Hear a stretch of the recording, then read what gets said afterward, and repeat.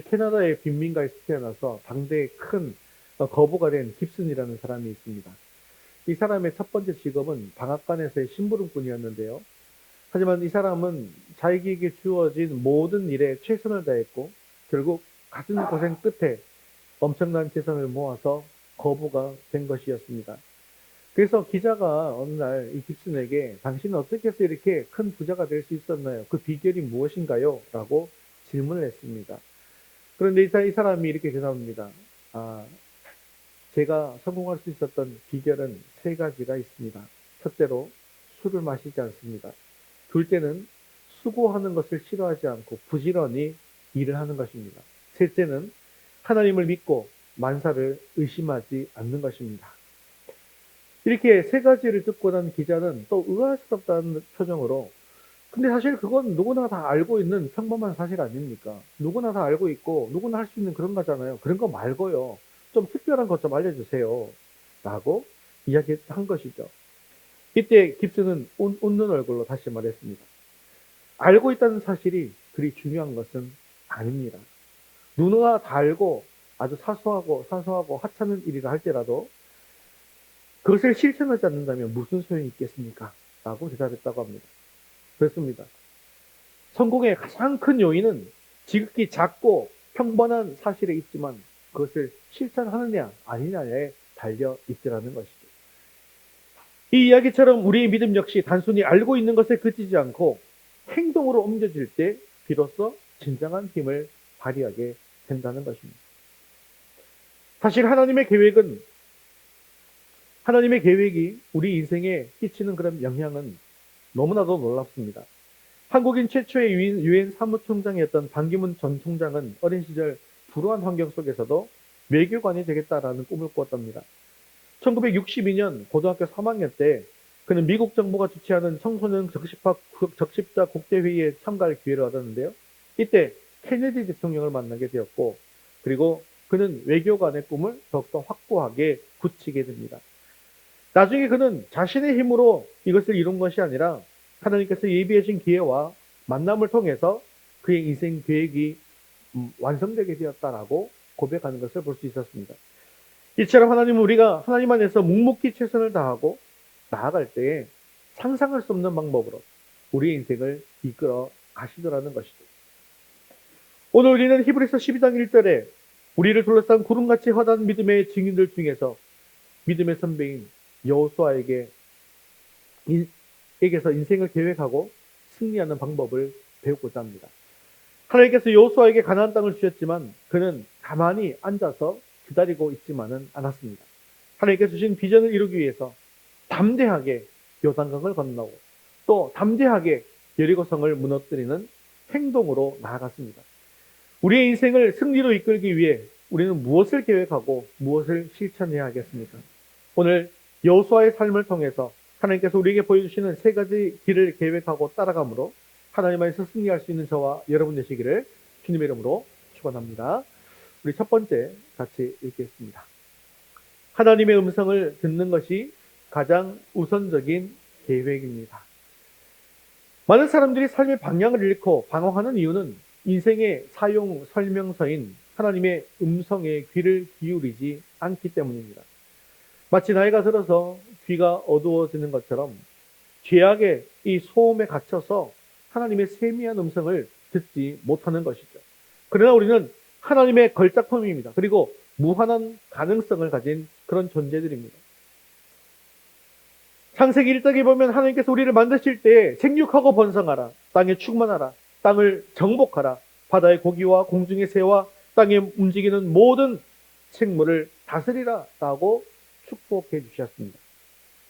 즉 우리를 향한 하나님의 뜻은 이 세상을 정복하고 다스리는 왕같은 그런 삶을 살아가는 것입니다. 이 놀라운 축복을 누리기 위해서 우리가 가장 먼저 해야 하는 것은 과연 무엇일까요? 그것은 바로 하나님의 음성을 듣는 것에 우리의 최우선 순위를 두는 것입니다. 그렇습니다. 우리 인생에서 가장 우선적인 계획은 하나님의 음성을 듣는 것이 되어야 합니다. 왜냐하면 하나님의 말씀은 바로 우리 인생의 명확한 나침반과 같기 때문이죠. 그리고 주님의 말씀은 우리 발의 등이요 우리 길의 빛이 되기 때문입니다. 그렇다면 어떻게 하면 하나님의 음성을 들을 수 있을까요? 가장 먼저 말씀 묵상에 힘을 쓰셔야 합니다. 우리 8절 말씀 한번 읽겠습니다. 이 율법책을 내 입에서 떠나지 말게 하며 주야로 그것을 묵상하여 그 안에 기록된 대로 다 지켜 행하라. 그리하면 내 길이 평탄하게 될 것이며 내가 형통하리라. 아멘. 기록된 말씀은 언제나 우리에게 말씀하시는 하나님의 음성입니다. 시편 1편 2절의 말씀처럼 하나님의 율법을 즐거워하며 주야로 묵상하는 자는 시냇가에 심은 나무처럼 모든 일이 형통하게 되어집니다. 이것을 위해서 우리가 가장 먼저 해야 할 일은 예배와 설교에 집중하는 것입니다. 소리가 나는 곳에 가까이 가면 갈수록 더욱더 선명하게 들리잖아요. 그것에 집중하면 더욱더 잘 들리지 않습니까? 그래서 예배와 설교 말씀에 가까이 하시고 가까이 오시고 집중하시고 들으시는 겁니다.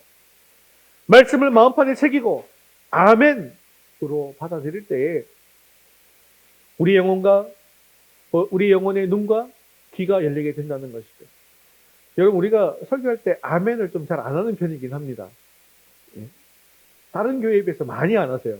아멘을 많이 안 하십니다. 근데 아멘은 그냥 재미로 하는 추임새 같은 것이 아니라요.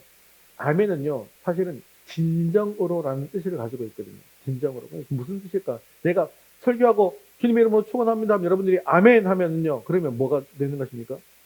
진짜로 그렇게 되기를 원합니다. 이런 뜻입니다. 제가 진정으로 그렇게 그 말씀에 동의합니다. 이런 뜻이 되는 거예요. 그렇기 때문에 여러분들이 좀 더 집중하시면서 그렇게 아멘, 아멘 해주시면 더욱더 우리 마음판에 새기는데 도장 찍는 것과 같은 것이죠. 사실 다 읽어보고 그런 줄 알았는데 하고 도장 찍는 것과 안 찍는 것 차이가 좀 있지 않습니까? 네, 그런 것과 비슷하다라고 생각하시면서 여러분들이 집중하시면서 말씀을 마음판에 새긴다는 마음을 가지고 아멘 하시기를 바랍니다. 네, 네, 감사합니다. 예, 여러분 사랑합니다. 네, 네, 이렇게 반응해 주시면 좋습니다. 하나님의 음성이 들릴 때에 비로소 우리는 올바른 길을 찾고 그 길로 나아가며 살아갈 수가 있는 것입니다. 또한 매일매일 말씀을 읽으며 큐티를 하면서 하나님의 음성을 듣는 거예요. 그러면서 어떻게 하는 거예요? 옆으로 실천을 어떻게 해요? 언제, 어디서, 누구에게, 무엇을 어떻게 한다? 하면서 옆으로 실천회를 하면 이것이 바로 말씀을 다 지켜 행하게 되어지는 것입니다. 그럴 때 하나님께서 내 길이 평탄해질 것이며 내가 형통하리라 라고 말씀해 주셨다라는 것입니다. 사랑하는 성도 여러분, 인생의 가장 시급하고 중대한 계획은 바로 하나님의 음성을 듣는 시간을 확보하는 것입니다. 바쁜 일상 속에서 잠시 멈춰서서 하나님의 말씀을 펼치시고 조용히 그 음성에 귀를 기울이시기 바랍니다. 그럴 때 주님께서 여러분의 인생을 승리와 행복의 길로 이끌어 주심으로 말미암아 우리의 인생길이 형통하고 평탄한 길이 되어질 것입니다. 하나님의 음성을 듣는 것에 여러분의 마음을 다해서 순종함으로 말씀의 빛 가운데 나아가 형통하게 살아가는 저와 여러분 되시기를 주님의 이름으로 축원합니다. 예, 우리 두 번째 같이 읽겠습니다. 약속의 땅을 향한 비전이 인생의 구체적인 계획이 됩니다. 3절 말씀 읽겠습니다. 내가 모세에게 말한 바와 같이 너희 발바닥으로 밟는 곳은 모두 내가 너희에게 주었노니. 하나님의 음성을 듣는다라고 하는 것은 곧 내 미래의 축복된 운명의 길을 미리 보는 것과 같은 것입니다. 오늘 3절 말씀 보니까 뭔가 조금 시대가 좀 이상하지 않습니까? 지워버렸어요. 방송 직원이 지워버렸어요. 3절 다시 보여줘요. 예. 시대가 뭐가 좀 이상하지 않아요? 너희 발바닥으로 밟는 곳은 모두 내가 너희에게 주었노니. 그죠. 줄 것이니. 왜냐하면 지금 이제 여서가 이제 시작되는 거예요. 아직 가나안 땅 제대로 들어가지도 않았어요. 그죠? 가나안 땅 들어갈 첫 번째 전투가 여리고성 전투죠. 여리고성 전투가 몇 장이에요? 이미 다 배웠잖아요, 우리 여호수아. 요 부분만 우리가 설교를 안 했어요, 제가. 10절부터 했거든요, 여호수아 강의를. 좀 겹치는 부분이 있어서. 6장에 여리고성 전투가 일어났잖아요. 아직 멀었어요. 아직 멀었다고요. 그런데 뭐라고 이야기합니까? 너에게 주었노니 라고 이야기하고 있습니다. 여기서 우리 이거 주목해야 되는 거예요. 아직 이루어지지 않은 일을 이루어진 것처럼 묘사하고 있더라는 것입니다. 즉 하나님께서는 이스라엘이 아직 가나안 땅에 들어가기 전임에도 불구하고 마치 가나안을 이미 차지한 것처럼 말씀하고 있더라는 것입니다. 이것은 하나님의 약속이 반드시 성취될 것임을 백성들에게 확신시키기 위해서 하신 말씀입니다. 그런데 사실 하나님의 약속이라고 하는 것은 하나님께서 말씀을 하시는 순간, 하나님의 약속이 주어지는 순간 이미 성취된 것과 마찬가지이죠. 왜 그렇습니까? 하나님은 신실하십니다. 그래서 한 번 약속하신 약속은 반드시 이행하시죠. 또한 하나님은 전능하십니다. 그렇기 때문에 하나님께서 못 이루실 것은 아무것도 없기 때문이죠. 그리고 실제로 이 3절의 약속은 이스라엘의 비전이 되었고 모든 것이 다 성취되었습니다. 우리 여기서 끝까지 다 봤잖아요. 그죠? 끝까지 가보면 어떻습니까? 다 정복하게 되어지는 것을 볼 수가 있는 것이죠. 사랑하는 성도 여러분, 하나님께서는 말씀을 통해서 우리의 인생, 우리의 미래, 우리의 축복된 운명의 스케일을 보여주기를 원하십니다. 이것을 우리는 꿈, 비전, 환상이라고 부르죠. 그리고 이것이 우리 인생 계획을 구체화하는 가장 중요한 요소가 되는 것입니다. 하나님의 말씀에 귀 기울이면 귀 기울일수록 그 비전은 더욱더 선명해지고 우리의 가슴을 더욱더 뜨겁게 만들어줍니다. 그리고 그 비전이 우리를 일으켜 세우고 미래를 향한 담대한 도전을 하게 합니다. 다윗은 이 비전을 확실히 보았기 때문에 이렇게 고백하고 있는 것이죠. 시편 16편 6절 말씀 읽겠습니다. 내게 줄로 지어준 구역은 아름다운 곳에 있으며 나의 기업이 실로 아름답도다. 다윗은 하나님께서 예비하신 기업을 보았고 그 비전이 흔들리지 않는 삶의 목적이 된 것입니다. 그래서 다윗은 내가 요동하지 아니하리로다 라고 고백하면서 이 비전을 향해서 거침없이 앞으로 나아간 것이죠. 그렇습니다. 하나님께서는 우리가 발을 내딛는 것마다 함께 하시며 모든 것을 감당할 지혜와 능력을 부어주십니다. 말씀에 꿈이 없는 백성은 망한다고 했습니다. 마찬가지로 비전이 없는 삶은 표류하는 배와 같습니다. 그러므로 우리는 막연한 기대가 아니라 하나님이 주신 명확한 비전을 품어야 합니다. 하나님의 말씀을 통해서 우리에게 펼쳐질 아름다운 미래의 지도를 받으시고 그 비전을 삶의 나침반 삼아서 앞으로 나아갈 수 있는 저와 여러분 되시기를 주님의 이름으로 축원합니다. 그런데요, 비전은 거저 얻어주는 것은 결코 아니다는 사실을 기억하십시오. 말씀을 깊이 묵상하고 기도하며 하나님 앞에 나아갈 때에 비로소 보여주시는 하나님의 선물인 것입니다. 그렇기 때문에 매일매일 말씀을 읽을 뿐만 아니라 하나님과 기도하면서 교제하십시오. 다윗이 깊은 기도 중에 하나님이 예비하신 아름다운 이 기업을 보게 되어진 것처럼 우리도 이 기도라고 하는 이 영적 교제를 통해서 하나님이 주시는 비전을 발견할 수가 있는 것입니다. 그리고 하나님이 주신 비전을 꼭 기록하시기 바랍니다. 왜냐하면 이 비전이요, 잊혀지기가 참 쉽기 때문입니다. 말씀을 통해서 받은 비전이 있다면, 또 말씀을 통해서 받은 꿈이 있다면 구체적으로 기록해 보는 겁니다. 기록해 보았다면 그 기록한 것을 매일 보면서 마음속에 새기고 또한 기도하고 나아간다면 그 비전이 우리의 행동을 이끌고 흔들리지 않는 삶의 원동력이 되어진다는 것이죠. 사랑하는 성도 여러분, 이제 여러분들의 마음속에 하나님의 비전을 품으십시오. 그 비전이 여러분을 일으켜 세우고 인생을 승리로 이끌어내는 강력한 추진력이 될 것입니다. 하나님께서 주시는 아름다운 비전을 붙들고 그 꿈을 이루기 위해 담대하게 나아갈 수 있는, 그래서 승리자가 되어지는 저와 여러분 되시기를 주님의 이름으로 축원합니다. 우리 세 번째 같이 읽겠습니다. 담대히 행동하여 하나님의 동력자가 되는 구체적인 계획을 세우십시오. 하나님의 음성을 듣고 그리고 또 비전을 품게 되었다면 이제는 행동할 차례입니다. 하나님은 우리가 행동할 때 함께 하시고 우리를 지키시고 보호해 주십니다. 하나님은 여호수아에게 반복적으로 마음을 강하게 하고 담대히 하라라고 말씀하셨습니다. 또 두려워하지 말고 놀라지 말라 말씀하셨습니다. 왜냐하면 우리가 어디로 가든지 하나님께서 항상 함께 하시기 때문입니다. 이 믿음이 있을 때 우리는 어떤 어려운 상황 속에서도 담대하게 나아갈 수가 있는 것이죠. 그래서 5절은 이렇게 말씀합니다. 5절 상반절 말씀 같이 읽겠습니다.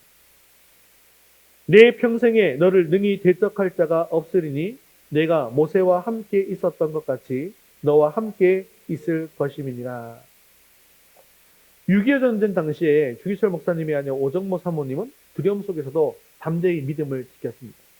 이 사모님은요, 목사님이 순교하신 이후에 굶주림과 박해 속에서 자녀들을 홀로 키워야만 했습니다. 공산당은 그녀에게 전향을 강요하면서 목숨을 위협했습니다. 그러나 사모님은 예수님 외에는 구원이 없으니 어찌 예수님을 버리겠는가라고 외치면서 흔들리지 않았습니다. 오직 하나님만을 의지하며 담대하게 믿음을 지켰을 때 하나님은 기적적으로 그녀를 지키시고 가족들을 지켜주셨습니다. 또 그의 자녀들은 모두 훌륭한 믿음의 사람으로 성장하게 되었습니다. 이처럼 하나님 우리가 두려움 속에서도 담대하게 행동하게 되어질 때 함께 해주시고 또한 놀라운 역사도 이끌어 주신다라는 것이죠. 이 사모님이 극심한 위협 속에서도 하나님이 함께 하신다는 믿음으로 두려움을 이기고 담대히 행동했던 것처럼 우리들도 마찬가지라는 것이죠. 하나님께 주신 비전이 있다면 그 비전을 향해서 담대하게 나아갈 때 물론 우리 앞에 수많은 장애물과 어려움이 가로막힐 수 있습니다. 하지만 그때마다 우리와 함께 하시는 하나님을 기억하고 담대하게 나아가야 하는 것이죠. 그래서 가나안 땅에 딱 들어가자마자 비전을 분명히 다 주신다고 했는데 가나안 땅에 딱 들어가니까 뭐가 딱 막고 있다고요? 여리고성이요. 가나안 땅 중에서 가장 강력한 성이 그냥 딱 걸어막고 있는 거예요. 하나님 이게 뭡니까? 가는 곳마다 다 주신다고 했잖아요. 근데 이게 뭐예요? 가장 크고 강한 성이 우리를 가로막고 있으면 하나님 다 뻥치신 거예요? 이렇게 하지 말라는 거예요. 어떻게 하라는 거예요? 비전을 주셨으면 담대하게 하나님의 약속을 믿고 그냥 나아가라는 것입니다. 자, 여러분 여리고 성전도 기억나십니까? 그래서 여리고 성에 하나님께서 뭐라고 말씀하셨어요? 일단 먼저 들으라고 했잖아요. 하나님의 말씀이 뭐였습니까? 들었어요. 뭘 들었어요? 이제 성을 한 바퀴 돌아라. 뭐 하지 말고 말하지 말고 한 바퀴 돌아라. 기억나시죠? 자, 그걸 들었어요. 그러니까 어떤 이제 비전이 품어집니까? 이제 여리고 성이 무너지고, 우리가 여리고 성을 차지할 수 있다는 비전과 꿈이 생겼죠. 그래서 어떻게 합니까? 그대로 행동합니다. 자, 근데 여기서 중요한 포인트가 있잖아요. 이런 거 되어졌으면 우리 세 번째 대지가 뭐였습니까? 담대하게 행동하라는 거예요. 그죠? 그러니까 이 여리고성 전투에서 담대하게 행동하는 모습을 볼 수 있습니다. 성 아래를 진짜로 이스라엘 백성들이 다 줄을 지어서 돕니다. 돌아요. 근데 진짜 생각해보면 인간적으로 생각하면 말도 안 되잖아요. 담대함이 없으면 할 수가 없어요. 위에서 돌만 던져도 다 죽는데요. 위에서 활 쏘면 다 죽는 거예요. 전멸입니다. 그런데도 담대하게 그 길을 걸어가게 되었다라는 것이죠.